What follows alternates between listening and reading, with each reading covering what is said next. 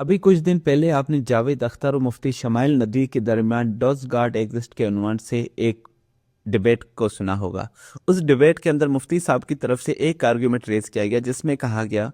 कि आप argument of contingency को मानते हैं, जिसके जवाब में जावेद अख्तर ने कहा कि मेरी समझ में नहीं आ रहा कि आर्ग्यूमेंट ऑफ कॉन्टीजेंसी क्या है। इल्म कलाम, लॉजिक एंड रीजनिंग के अंदर वो लोग जो खुदा को तस्लीम करते हैं वो आर्ग्यूमेंट ऑफ कॉन्टीजेंसी को मानते हैं। अब मैं आपको बताने लगा हूँ आर्ग्यूमेंट ऑफ कॉन्टीजेंसी क्या है। उर्दू के अंदर हम इसको मुमकिनुल वजूद कहते हैं कि कोई चीज़ जो यहाँ पे मौजूद है उसका मौजूद होना मुमकिन है, यानी वो हो सकता है कि यहाँ पे मौजूद हो और हो सकता है वो मौजूद ना हो, और इसके अंदर कोई बड़ी बात नहीं है। जैसे माइक यहाँ पे है, तो माइक यहाँ पे हो सकता है मौजूद ना हो और हो सकता है किसी और शेप के अंदर हो। क्योंकि माइक यहाँ पे मौजूद है तो इसके हर चीज़ जो मुमकिन वजूद है, जो कॉन्टीजेंट है, उसके अंदर कोई काज होगा, कोई उसकी वजह होगी जिसकी वजह से मौजूद होगा। अब ये यहाँ पे इसलिए मौजूद है क्योंकि मैंने इसको खरीद के लाया है बाजार से, बाजार वालों ने इसको खरीद के लाया है होल सेल मार्केट से, होल सेल वालों ने इसको मैन्युफैक्चरिंग से, और उन्होंने कहीं और से कहीं और से कहीं और से बाय किए, और ये एक सिलसिला बनता जा रहा है।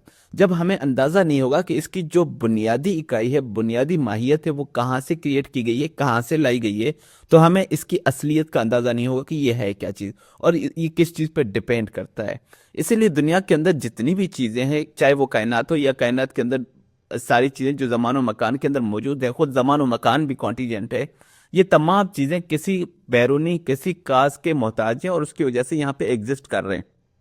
और चूंकि ये सारी चीज़ें एग्जिस्ट कर रहे हैं तो इनके एग्जिस्टेंस के लिए किसी काज का होना लाजमी है, और काज चूंकि एक सिलसिला बनता जा रहा है और इसका कोई एंड होना चाहिए, क्योंकि कोई आखिरी ऐसी जिसको हम कहते हैं कि इल्लत ऊला, कोई पहली वजह होगी जिसकी वजह से इसकी इनिशिएटिव इसका लिया गया और वहीं से इसकी बुनियाद पड़ गई। अगर हम इसकी पहली वजह को ही नहीं जानेंगे तो हमें कैसे पता चलेगा कि ये चीज़ यहाँ तक आई है, और हो सकता है कि ये चीज़ एग्जिस्ट ही ना करती हो। इसीलिए किसी ऐसी चीज़ का होना लाजमी है जो एट दी एंड वहाँ पे खड़ा हो। इसकी मैं एक एग्जांपल आपको दूंगा। जैसे मैं कहूँ कि मैं शेर तब तक नहीं कहूँगा या मैं तब तक बात नहीं करूँगा जब तक मेरा दोस्त बात न करे, और दोस्त कहे कि जब तक मैं बात नहीं करूँगा जब तक मेरा दोस्त बात न करे, और इसी तरह इस सिलसिला चलता जाए और कोई एंड ना हो तो मैं कभी बात नहीं कर पाऊंगा। इसीलिए अगर 100 आदमी, 1000 आदमी, 1 लाख, 1 करोड़ और 1 अरब आदमी हो तब भी अंदाजा होगा कि 1 साल, 10 साल, 20 साल, 1 सदी के बाद जाके मैं बात कर पाऊंगा और मेरी बात है वो एग्जिस्टेंस में आ जाएगी।